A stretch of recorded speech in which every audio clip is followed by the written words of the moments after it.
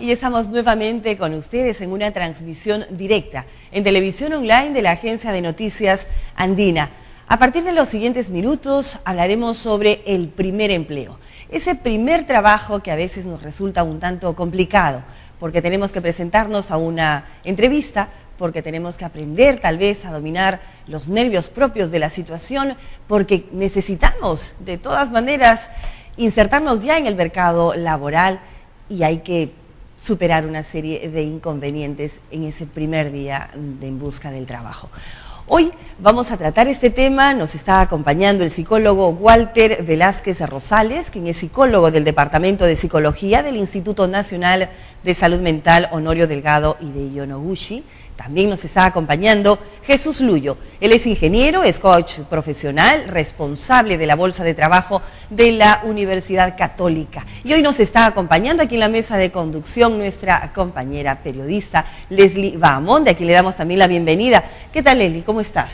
Bien, muy contenta, Anabela, de compartir este espacio con nuestros especialistas y sobre todo tocando este tema muy importante para nuestros jóvenes que por primera vez se van a presentar a una oportunidad laboral. ¿Y tú recuerdas, Leslie, tu primer trabajo? ¿Te pusiste nerviosa? La verdad sí, me puse un poco nerviosa, bastante nerviosa. ¿No te preparaste? No mucho, pero sí me puse nerviosa, por lo tanto creo que nuestros especialistas el día de hoy sí nos van a ayudar a cómo disipar esos nervios y cómo enfrentarnos a estas convocatorias. Bueno, ¿no? entonces esa pregunta le podemos alcanzar aquí al psicólogo que nos acompaña. ¿Qué tan importante pueden ser estos nervios, doctor, para que nos hagan truncar o no esa primera entrevista que tenemos de trabajo? ¿Cómo está? Bienvenido al programa. Muchas gracias por la invitación. Mire, en realidad una primera entrevista, una primera experiencia laboral, de por sí es generador de un nivel de estrés para aquellos que de alguna medida tienen un repertorio o de experiencia frente a esta situación, ¿no? Vamos a hablar diferente a una persona que por primera vez se presenta a un trabajo y aquella que ya reiteradamente se ha presentado. Ahí hay una gran diferencia. O sea, de por sí eso ya marca una diferencia. Pero aparte de los elementos situacionales que se pueden presentar, están los elementos mentales de cada persona. Ya, perdone, pero antes, ¿quién se pone más nervioso? ¿Aquel joven que se presenta por primera vez o aquel que ya se ha presentado varias veces y que dice, caramba, ya me he venido presentando varias veces y me rechazan? Eso es variado. Ese nivel de estrés. Es variado.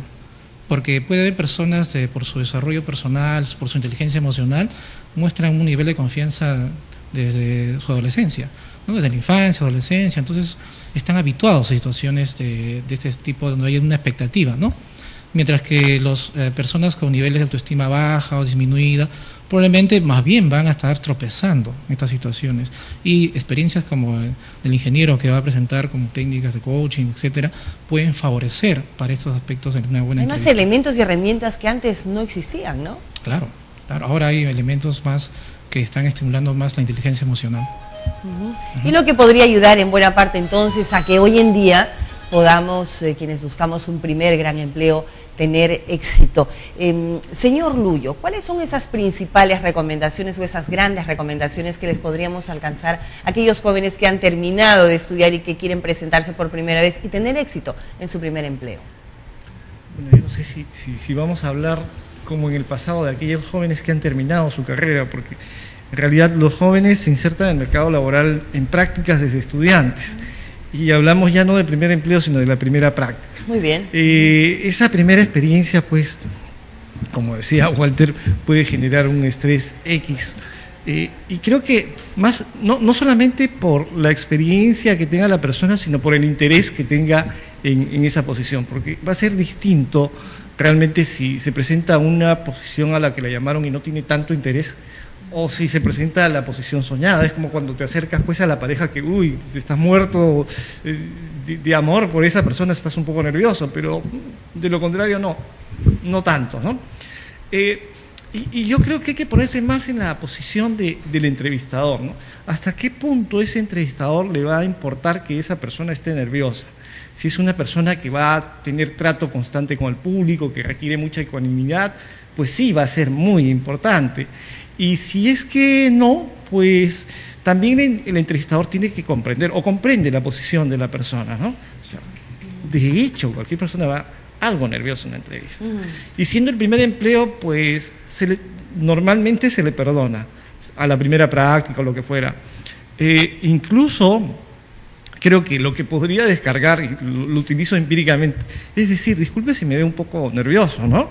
Porque, eso ayuda, ¿no? Sí, realmente si uno declara su nerviosismo ya se libera de una tensión. Y la pregunta lógica suele ser, ¿pero por qué estás nervioso? Porque este puesto me interesa, ¿no? De lo contrario no estaría nervioso, ¿no? Ahora, o sea, la honestidad en principio ayudará en esa primera oportunidad. Ahora, ese es mi enfoque muy particular, que me ha funcionado con varias personas y que comparten la idea. No quiere decir que sea la verdad absoluta, pero creo que a muchos les funciona. Ahora, que sean rigurosos los procesos de selección, pues se dan en todo nivel. Hay empresas muy grandes que, bueno, tienen los recursos para realmente preocuparse, para poder examinar si realmente están contratando al mejor de los que están buscando, ¿no?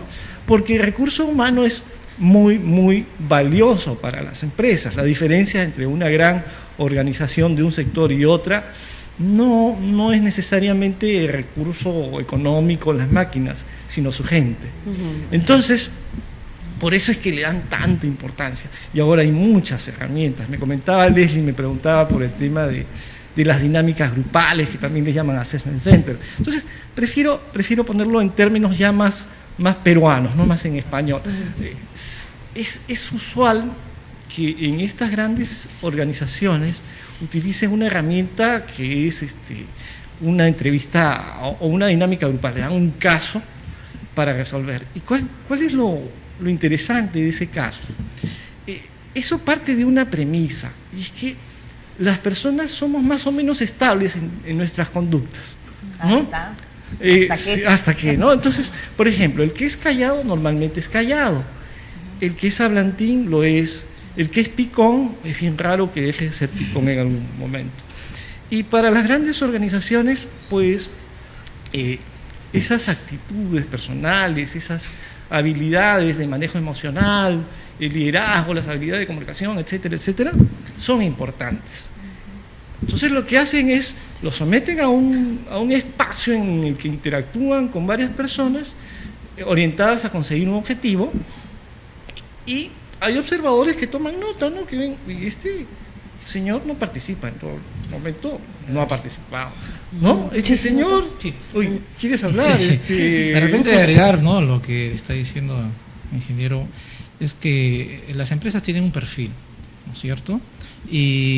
Pero es el postulante, el joven, quien va a esta institución, quien se hace una idea de la institución.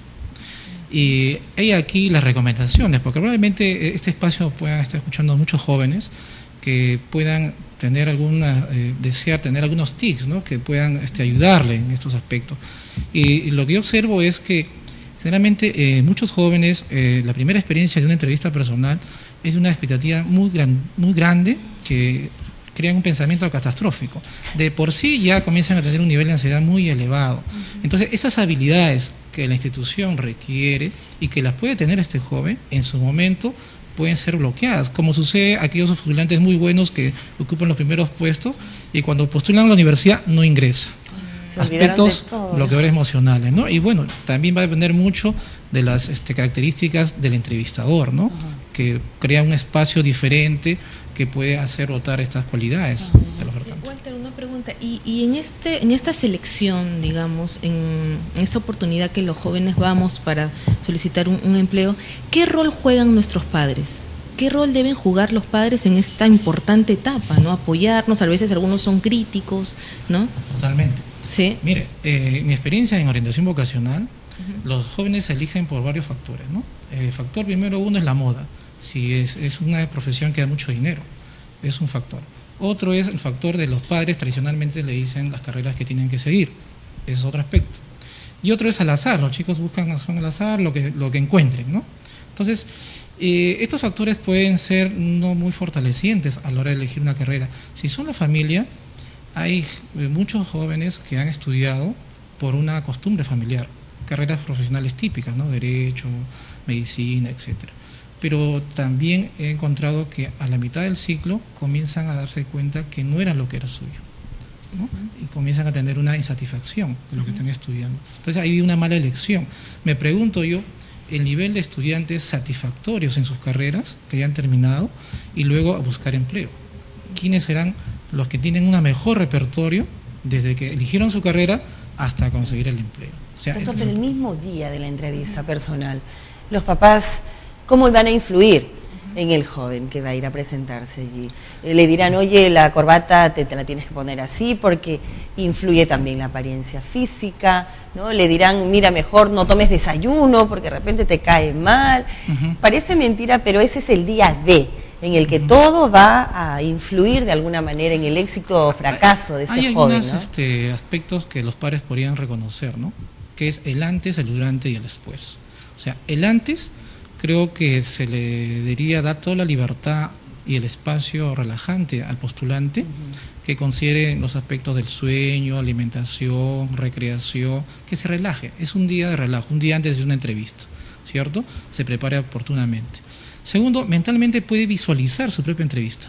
Él mismo en su cama se relaja, escucha una música y comienza a pensar el momento de su entrevista.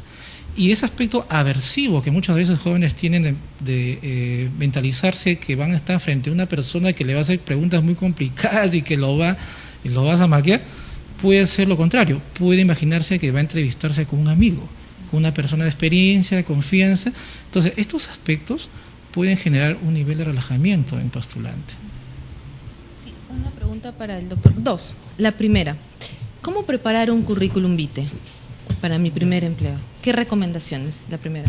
Primero que lean un manual, pues.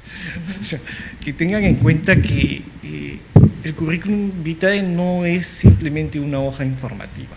O sea, cuando una empresa recibe currículums, no recibe 2 currículums, no recibe 20, recibe cientos, dependiendo de la posición.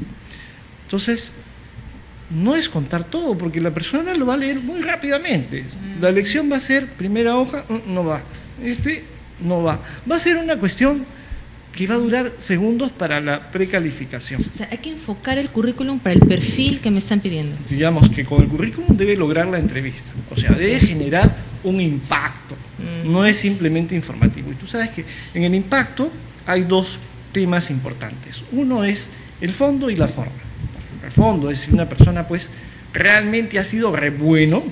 Piensen en la trayectoria de ese chico que acabó en primer puesto, fue campeón de atletismo, es muy hábil socialmente. Pues el tipo tiene el fondo. Ahora tiene que plasmar eso en la forma adecuada para que lo llamen. Y por otro lado, están las personas que de fondo están bien abajo, pero tienen una habilidad para escribir increíble, ¿no? Ahora, lo más complicado es, si no tienes fondo, lograr una forma adecuada. Pero si tienes fondo, tienes que aprender a venderlo. Entonces, en el currículum tú tienes que destacar esas habilidades importantes o esa trayectoria. Que uno está tentando, tomando un poco lo que definitivamente. Porque si es un campeón en natación y está postulando para un puesto, digamos, de una oficina o algo, vale. Eso, claro, pero lo tendrá que poner no en la primera línea. O sea, digamos, depende a qué organización postula. Si es una organización meticulosa, eso que dice campeón así postule para un cargo de ingeniero es importante. ¿Por qué? Porque está hablando, eso es un detalle. Este es un señor competitivo, disciplinado, y es ganador, es disciplinado. Si además ha sido campeón de natación y ha sido un estudiante destacado, qué bien ha repartido su tiempo, ¿no? Es una persona completa. Y lo que se busca en estos momentos son personas que cubran los diferentes espacios de su vida equilibradamente, ¿no? Un señor que estudie, viva feliz, trabaje, viva feliz. Entonces, las empresas grandes buscan ganadores, salvo que quieras una posición, porque eso alguna vez me lo pidieron, quiero un chico que no sea brillante. ¿Por qué? Porque lo voy a poner en una posición con actividades rutinarias y yo quiero que me dure por lo menos 2 años, ¿no? Entonces, pues, hay chicos que salen frustrados. Me acuerdo de esa ocasión, pues, yo no podía decírselo a nadie, ¿no? Simplemente vinieron unos chicos brillantes y dijeron, es una empresa importantísima. Y a mí no me han llamado, él sí, ¿por qué? Bueno, no se lo podía decir, ¿no? Y en la misma ya entrevista de trabajo, hay personas que van a la entrevista y hablan de toda su vida, ¿no? O sea, se explayan demasiado. Debo de enfocarme obviamente en lo que al puesto al que estoy postulando, enfocar ahí los mensajes fuerza. Sí, a la organización y al puesto. Son dos cosas, porque tú puedes hablar de un puesto que requiere ciertas habilidades particulares, cognitivas. Pero además, si tú te metes a la página web de esas organizaciones grandes, vas a ver cosas como nuestros valores y las competencias que valoramos. En competencias vas a encontrar liderazgo, proactividad, orientación al logro. Entonces, ya no estás hablando solamente de la posición, sino de la organización. Y tienes que hacer notar que tú tienes esas condiciones. De alguna manera debes dejarlo entrever. Por ejemplo, si están orientados al logro, pues debes hablar de lo que lograste en tus estudios o en tus voluntariados, en tus experiencias X, pero eres una persona orientada al logro. El liderazgo, pues debes de contar que eras capitán del equipo, que te encanta armar fiestas y siempre la gente, cuando tú los convocas, va un montón de gente, porque tú los mueves, o para jugar fútbol siempre te siguen y haces notar tu liderazgo. ¿Qué tiene que ver con la posición? Nada. ¿Qué tiene que ver con la organización? Bastante. No sé. Y durante la entrevista de trabajo, ¿debemos limitarnos solamente a responder lo que nos preguntan o también nosotros podemos tener la libertad de preguntar, de repreguntar? Creo que la pregunta inteligente es lo más valioso, ¿no? O sea, preguntar sobre el sueldo, si habrá aumento, en fin, la parte económica es un poco delicada. Sí, siempre, mira, ¿no? Un trabajo tiene fondo y forma. Entonces, lo que más motiva a una persona a trabajar es el fondo. O sea, si a ti te pagan muy bien, tú eres periodista, y te dan un trabajo que no tiene que ver con periodismo y no te gusta, y te pagan 50.000 soles, lo harás bien 3 meses. Al cuarto mes estás aburrido, ¿no? Entonces, las primeras preguntas que se esperan son en torno al fondo. Esas personas que realmente están buscando algo que les guste. Y esas son las más valoradas, ¿no? Si alguien va y de frente me habla de la plata, pues espérate, te voy a dar un puesto de guachimán y te pago 20.000 soles, ¿estás contento? No, no es eso. Entonces, la felicidad, al final uno trabaja donde es feliz. Ustedes saben, han visto a muchas personas que de repente no tienen el mejor sueldo del mundo, pero están felices en un sitio porque hacen lo que les gusta. Claro, pero siempre viene esa pregunta, Leslie, y recordarás en algún momento, tal vez cuando nos preguntan las pretensiones económicas. Que responder y nos ponemos ahí en un aprieto, ¿no? ¿Cuáles son sus pretensiones económicas? Nos dicen. Bueno, lo ideal, dentro de lo posible, es averiguar antes de esa organización, porque tú tienes yo siempre cuento que hay 3 grandes grupos de variables que intervienen en que tu respuesta sea acertada. Una tiene que ver contigo, con la persona, con el candidato, otro tiene que ver con la organización y otra vez tiene que ver con el mercado. O sea, lo ideal es ubicarse en el mercado. ¿Y cómo está el mercado, no? Perfecto, estoy más o menos en el mercado. Pero esa organización puede tener diferentes políticas de pago. Por ejemplo, hay empresas, la mayoría tienen la política de que todo el que entra a este sitio entra en una banda, entre A y B. Si te sales de la banda para arriba, ya es más difícil que te llamen, porque tienen recursos limitados. O sea, yo puedo pagar más que eso. Y si él dice más, pues es porque va a buscar más y no va a estar contento. Si vas muy, pero muy abajo, tampoco es bueno. Podría no ser bueno, porque te pongo el ejemplo. Si vas a comprar una máquina X y en el mercado vale 3.000 soles, y la encuentras a 500 soles sin marca, ¿la compras o dudas? O sea, viene eso, ¿no? Que a veces irse muy abajo también es complicado. Entonces, es bueno averiguar un poquito cómo es eso, ¿no? Doctor, de repente, escuchando lo que decía aquí el especialista, conocer de repente a fondo la empresa, como decía, las pretensiones, cuánto se va a pagar, cuáles son los valores, la cultura organizacional de la empresa, eso nos ayudaría de repente a manejar también un poco los nervios, ¿no? Definitivamente, porque ignorar a dónde uno se va a presentar realmente crea una inseguridad. Pero si tiene información de los objetivos de la institución, sus visiones, sus misiones, sus planes, etcétera, entonces la persona se debe sentir involucrada, identificada. Y como dice, lo importante no es cómo la actitud va uno a una entrevista, a buscar un puesto de trabajo, sino más va a ofrecer. O sea, la actitud va a depender mucho. Si es un ingeniero, es un abogado, es un obrero técnico, qué sé yo, y sabe lo que conoce, su experiencia, Entonces la actitud es de ofrecimiento, no es de rogamiento, ¿no? Te ruego que me contrates. Si alguien va con esa actitud, se está generando un nivel de estrés. Pero si va con una actitud de ofrecimiento, uno puede ofrecer. El que ofrece, puede recibir. ¿Aceptas la palabra venta? ¿No? ¿Marketearse no? De alguna manera. Es una especie de forma de marketear. Pero ahorita lo que también quería, hay una idea que se me dejó vacía, era de que cómo ayudar un día antes a un joven a incrementar su confianza, ¿no? Porque de repente antes del día anterior está un poco disminuido por todas estas ideas catastróficas que pueden ocurrir. Es que recuerde primero y haya una recapitulación de su autoestima, su aspecto físico, que se acepte tal como es, que le agregue algunos detalles, muy bien. Reafirmar su autoconcepto, bien, porque ante la entrevista lo van a observar, lo van a mirar, lo van a aceptar como es. Y el aspecto, lo siguiente, lo otro es conocer sus virtudes y defectos, rápidamente establecer, porque habrá preguntas probablemente en una entrevista donde le digan, ¿por qué lo tengo que contratar a usted? Entonces ahí sale el repertorio de la autoestima de cada uno, ¿no es cierto? Entonces si yo no estoy muy claro en mi autoestima, de haber dialogado conmigo mismo, cuáles son mis mejores virtudes, cuáles son mis mejores aptitudes, etcétera, o capacidades, entonces puedo tener una respuesta rápida. Hasta podemos terminar hablando de nuestra vida privada. Si se va a los defectos, ¿no? Puede sesgarse en nuestra respuesta. Te preguntan, ¿no? ¿Qué debilidades tienes? ¿O qué actitudes de tu personalidad deberías de cambiar? Los entrevistadores pueden manejar esos aspectos para conocer el aspecto personal de cada persona, ¿no? Sus capacidades personales. Y doctor, esto como el tema es mi primer empleo. Sí. Interesante, pero bueno. ¿Dónde podemos, los jóvenes que queremos buscar nuestro primer empleo, dónde ir? ¿Bolsas de trabajo, ferias, prácticas de las universidades? Yo ¿Dónde creo puede que ir? todos esos recursos son válidos, pero no pierdas de vista que el recurso más importante son las redes de contacto. O sea, ten en cuenta, si tú quisieras contratar a una persona para hacer lo que sea, si quieres contratar a un carpintero, un abogado, o algún día, el día que necesitas contratar a un asistente, lo primero que vas a hacer es ¿a quién conozco? Claro.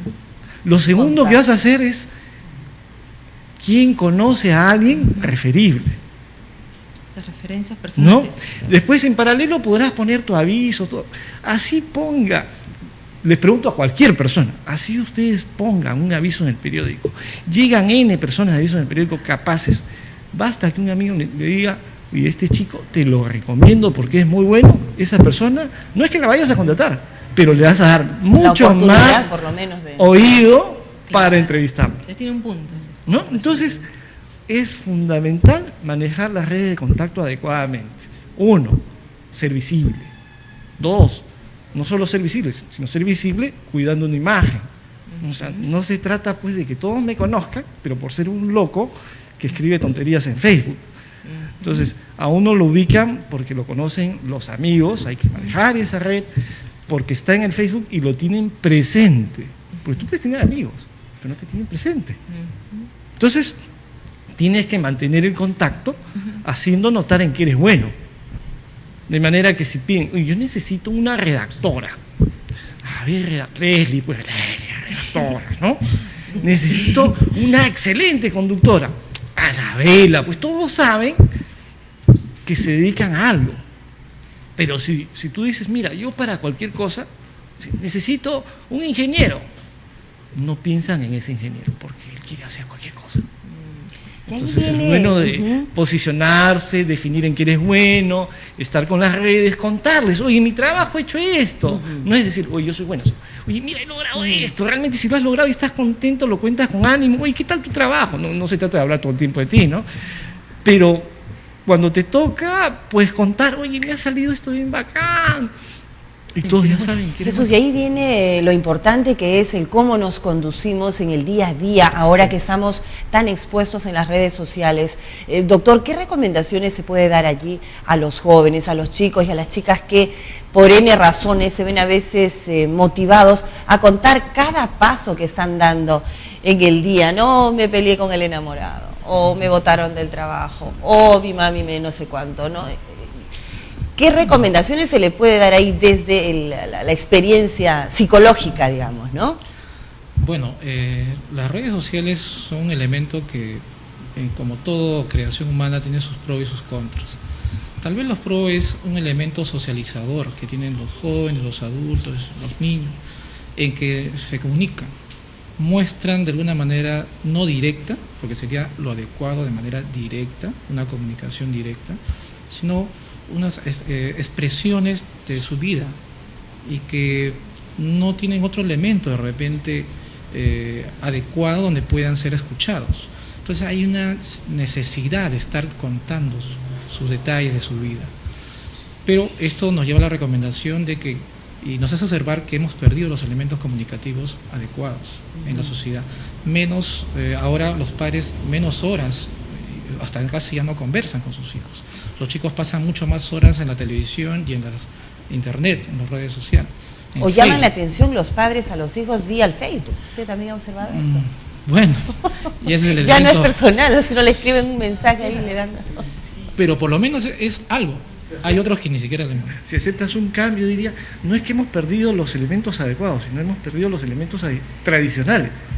No, porque creo que ahora uno tiene que aprender a comunicarse con el lenguaje de los chicos, como siempre ha sido, ¿no? En algún momento los padres veían, oye, el lenguaje ha cambiado, tengo que comunicarme de otra manera. Creo que nuestros padres también han dicho, yo no sé cómo hacer para que me entiendan. Claro, Jesús, ¿no? pero de persona a persona no tendría una mayor validez, y desde ahí los estudiosos de la... Experto, ¿no?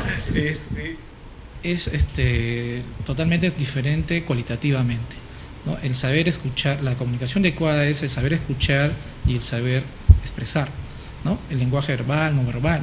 El padre tiene que estar conectado con sus hijos, ¿no? El Facebook es yo creo que estos elementos de redes sociales son un elemento disminutivo de la comunicación, lo más abreviado, lo más rápido, pero que por el lado positivo, digamos, es un elemento socializador, ¿no? Pero como aspectos de salud mental, si vamos a hablar, lo ideal es la comunicación clara y oportuna, directa, ¿no? Que sea entre las personas. Sí, doctor, y para que no piense que nos estamos desviando del tema, insistíamos en este punto porque ahora también quienes están en busca de sus empleados para mejorar la productividad tal vez de sus empresas, buscan también en las redes sociales, se valen del Facebook, se valen del Twitter, y allí también es que van capturando, ¿verdad? No solamente que es un canal para que lo detecten, sino también para que lo evalúen.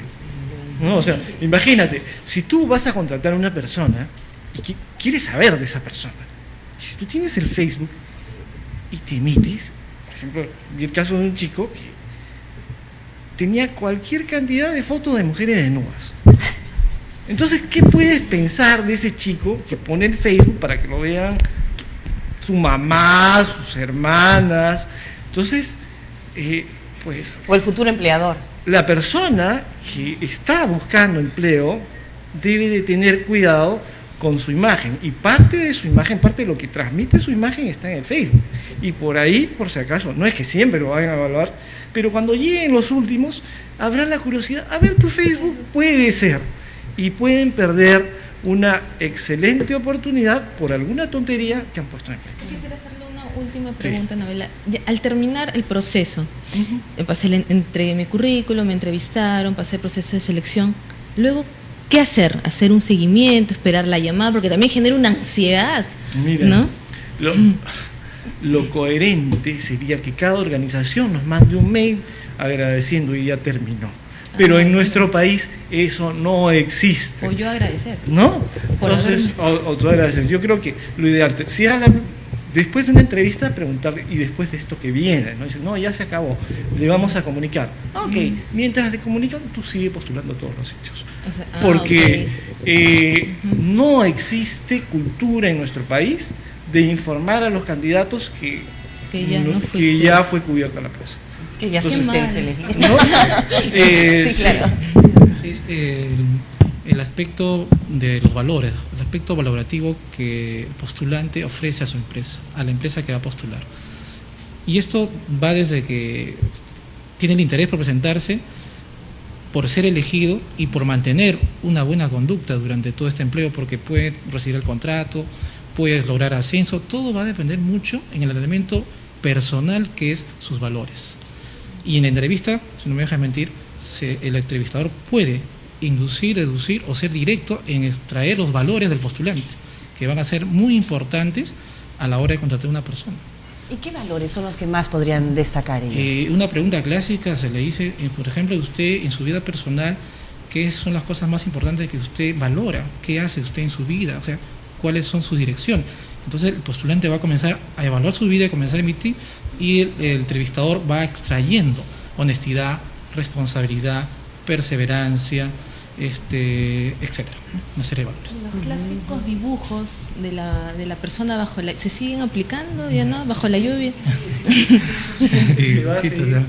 Se sigue aplicando, pero sin ser psicólogo sí hablé con varios psicólogos y la principal conclusión respecto a las pruebas psicológicas, psicotécnicas, mi mejor recomendación hasta ahora, todos coinciden, es que no hagan trampa, que no pretendan sorprender, que no se guíen por más recomendación que de tratar de ser cada día mejor.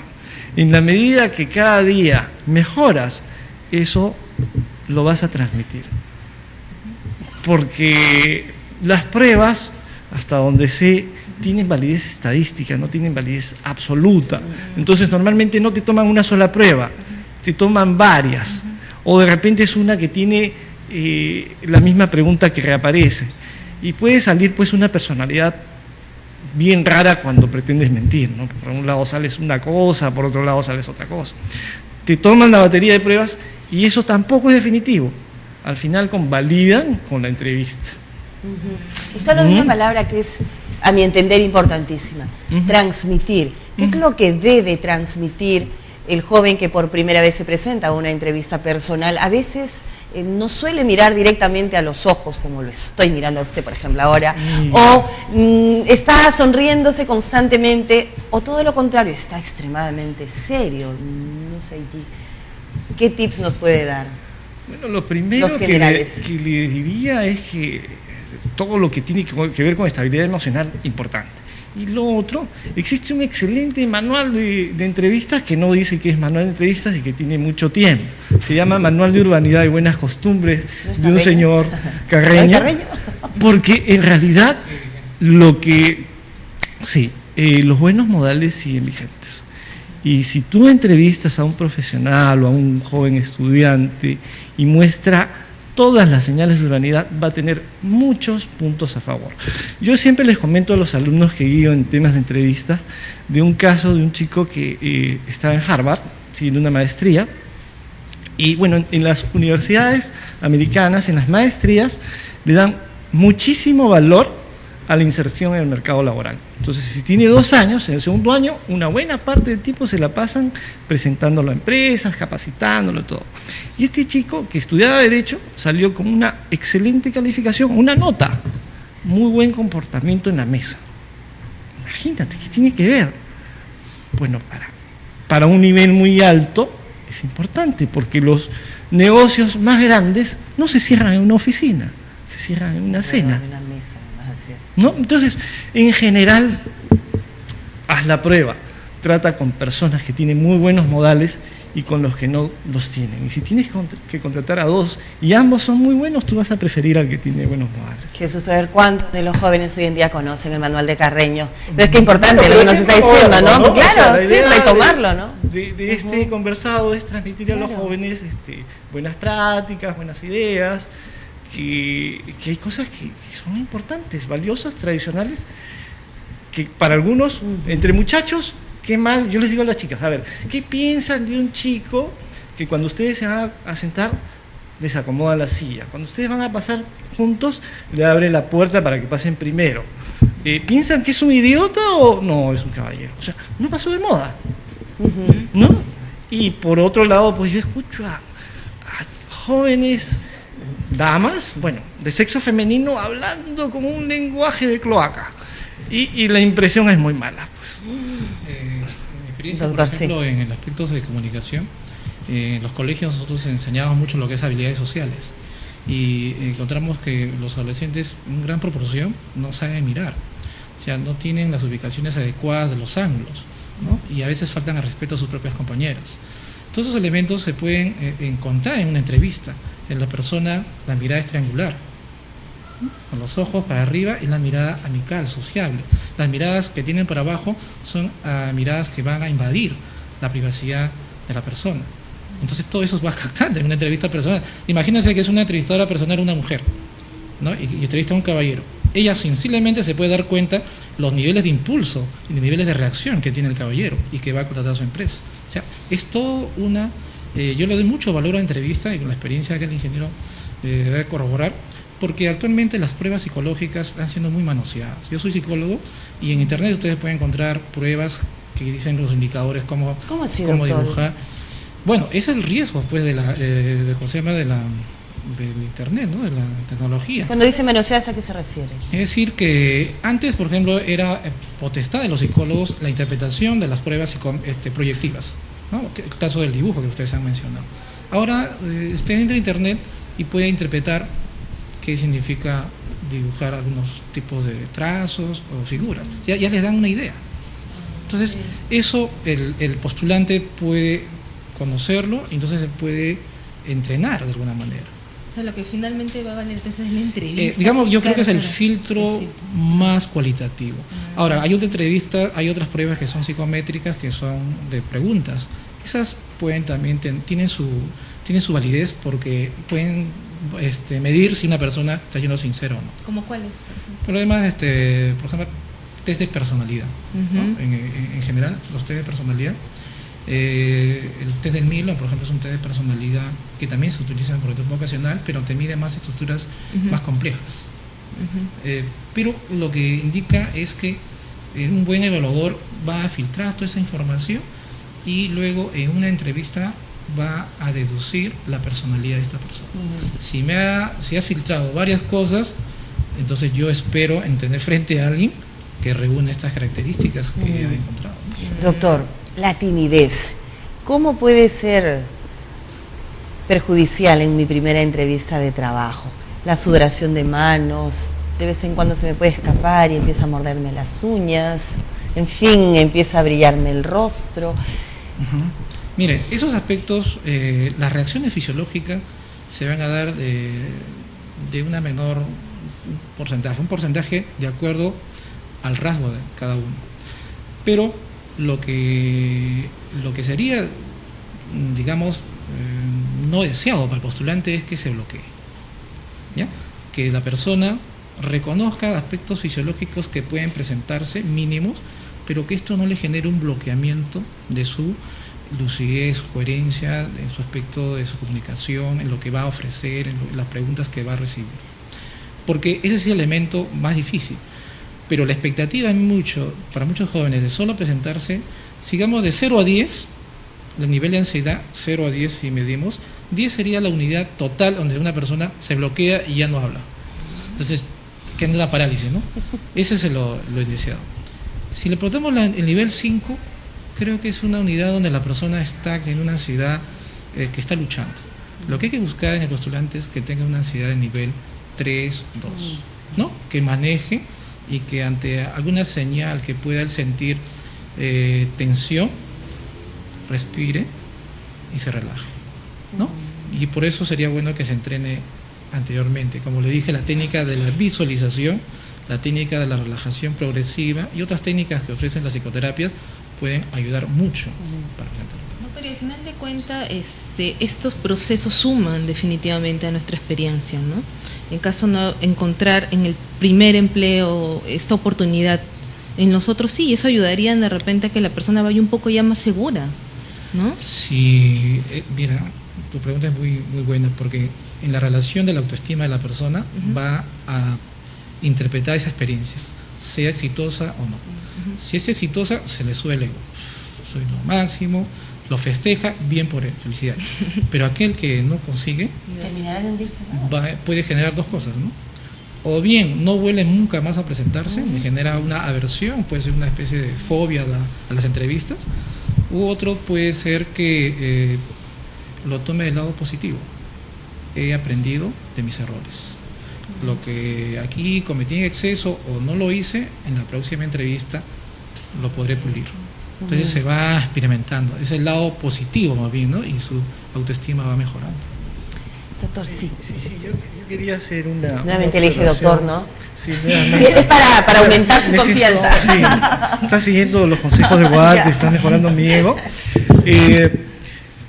Quería agregar una recomendación, y es que vamos a darle un poquito de sentido, ¿no? Cuando ustedes van a algún lugar y tienen una expectativa, y lo que ocurre es totalmente distinto, pues se pueden bloquear. Entonces, cuando vayan a una entrevista, no vayan con ninguna expectativa, porque en realidad la entrevista puede ser cualquier cosa, le pueden preguntar cualquier cosa, que se conozcan está bien. Todas las recomendaciones que ha dicho Walter, que sí conozcan sus fortalezas, sus debilidades, que conozcan de la organización, de la posición, bien. Pero que la entrevista va a ser así o así, no. Que sea como Dios quiera. Y que tengan en cuenta que como esa entrevista pueden haber muchas. Así que es una más.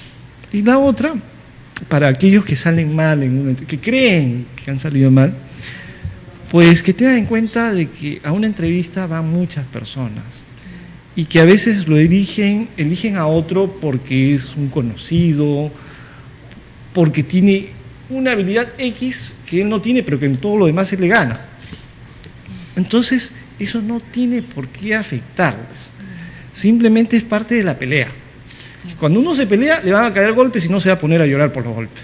Entonces, en una entrevista, si no gana todas, pues es parte de... Y si se presentan cientos a cada entrevista, pues en alguna me va a funcionar. De lo contrario, como dice, yo no hablo de baja autoestima, sino hablo de mirada, ¿no? Simplemente si ya en 8, 20 entrevistas han salido mal, su mirada ya está en el suelo, ¿no? Entonces los mando a hacer ejercicios, hagan deporte, levanten ese ánimo, pero la vida sigue. ¿No? Qué lindo, ¿no? Con todo lo que nos dice, ya no estar más tensos entonces el día de la entrevista. ¿Sí? No sé. Yo creo que aquí juega también un rol importante los padres, pues, ¿no?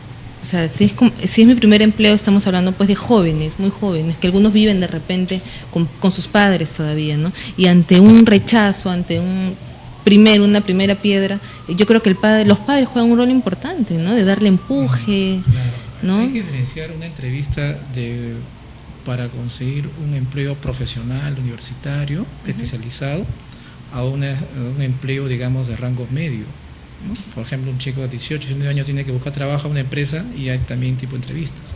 O sea, ¿cuál puede ser el condicionamiento o la presión familiar en ambos casos? En una puede ser su necesidad de conseguir trabajo, el chico que tiene 18, 19 años. O sea, está presionado porque necesita para cubrir los gastos de su familia.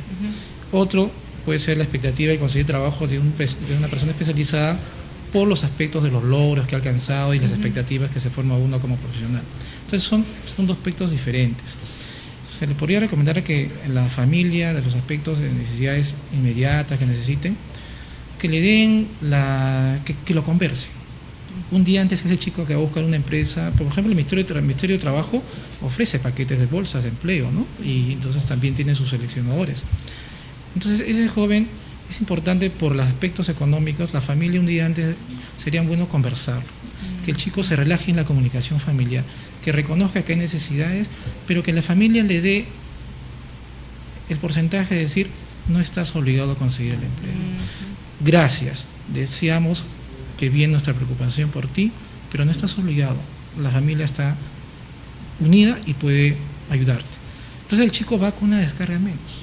Entonces se puede expresar más natural también. Y la discreción, ¿no? A veces los chicos suelen contar a todos sus amigos, oye, mañana es mi primera entrevista de trabajo, mañana es mi primera entrevista, entonces va difundiéndolo por todas partes, ¿no? Y el día siguiente de repente no le fue bien y empieza la presión de los amigos, oye, ¿qué tal? ¿Qué tal? Y no sé, ¿no? Un poco de discreción tal vez. A un tipo de reacción depresiva.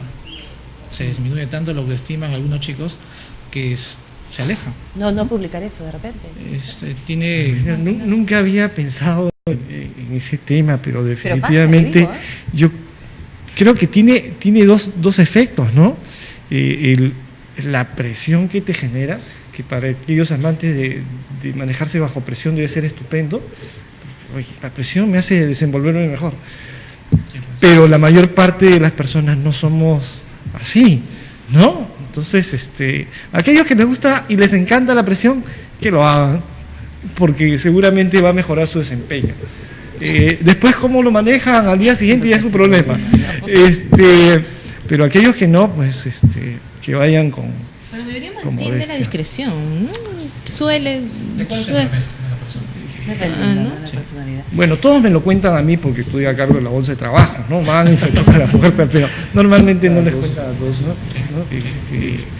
Sí, bueno, muy interesante lo que nos vienen aportando nuestros invitados. Por mi parte, Leslie, no sé si tú, pero por mi parte preguntarle simplemente aquí al psicólogo que nos acompaña y que viene además del Instituto Nacional de Salud Mental, si es que al interior del instituto se ha abierto algún capítulo en particular sobre temas de psicología ocupacional, precisamente porque estamos viviendo cada vez más un mundo competitivo y cada vez nos estamos estresando mucho más. Los jóvenes, las jóvenes que están intentando postular a un puesto, cada vez van a estar sujetos a una serie de presiones, ¿no? ¿Hay novedades, información que nos pueda alcanzar allí? Bueno, nuestra institución en la actualidad está reestructurando sus objetivos y está apuntando más a la población sana, los aspectos promocionales y preventivos, a través de la investigación también, ¿no? Nosotros somos una institución, si bien es cierto, de atención clínica a trastornos mentales, también tenemos un área, lo que es el aspecto de la salud positiva. Entonces, en este aspecto ya la institución, sobre todo el Departamento de Psicología, ha tenido ya una experiencia de evaluación, ¿no? De un paquete al personal del INPE, por ejemplo. Nuestra institución ha evaluado a miles de postulantes, ¿no? Para que postulen que ha ingresado al INPE en esta última selección. Y eso y otras experiencias de otras instituciones. Entonces, la institución se está abriendo un campo, considerando también que el factor de la personalidad en el plano ocupacional puede ser importante, ¿no? Desde la selección, en los aspectos de motivación laboral también. Es un reto, el tema de la psicología ocupacional ahí. Ahí se está abriendo un espacio que agradecemos estas experiencias porque también nos nutre, nos replantea también nuestros objetivos como institución de salud mental. Es muy amplio. Doctor, respecto a temas de apoyo universitario, a inserción laboral y lo que fuera, es interesante ver cómo en este lado del mundo está creciendo el apoyo a los alumnos en temas de inserción en el mercado laboral, ¿no? Alguna vez he visto cómo lo hacen en Estados Unidos, cómo lo hacen en Europa, cómo lo hacen en Latinoamérica, y la verdad es que lo que me sorprendió fue ver que en Perú estábamos haciendo un mejor trabajo que en Europa. O sea, en Europa más bien se quedaron sorprendidos de lo que hacíamos, porque ellos no han vivido, recién ahora están viviendo estas crisis ocupacionales, ¿no? En el caso de la Universidad Católica, pues sí tenemos una serie de orientación que van desde planeamiento de vida profesional, porque es cuestión de planificar. Hay personas que lamentablemente después de haber soñado con una carrera, de haber, no, yo voy a especializarme en tal tema, consiguieron el trabajo, y después dijeron, y esto es, qué feo, ¿no? Entonces estamos preveniendo esas cosas y orientamos a los alumnos en planeamiento. La invitación entonces a que visiten también la bolsa de trabajo de la Católica, ¿no? Ok. Ajá. Y que vayan a estudiar a la Católica. Sí, ya para cerrar, doctor, claro. Les invito más bien a continuar estos temas y de repente algo que se da mucho y no se está analizando de repente de manera pública es el burnout, y es el estrés laboral, ¿no? Así como estamos hablando de que seleccionamos. Tomamos nota, doctor. Y la lista de temas. Mejores del burnout. Sí, sí. Bueno, muchas gracias a nuestros invitados, Leslie. Un gusto haber estado contigo. Sí, gracias. Igual agradecerles a los invitados, que estoy segura para los jóvenes que nos han escuchado les va a servir muchísimo, ¿no? Muchísimo. Bueno, y con ustedes hasta un siguiente programa en vivo a través de estas transmisiones que seguimos desarrollando cada semana en televisión online de la Agencia de Noticias Andina. Que tengan un buen día.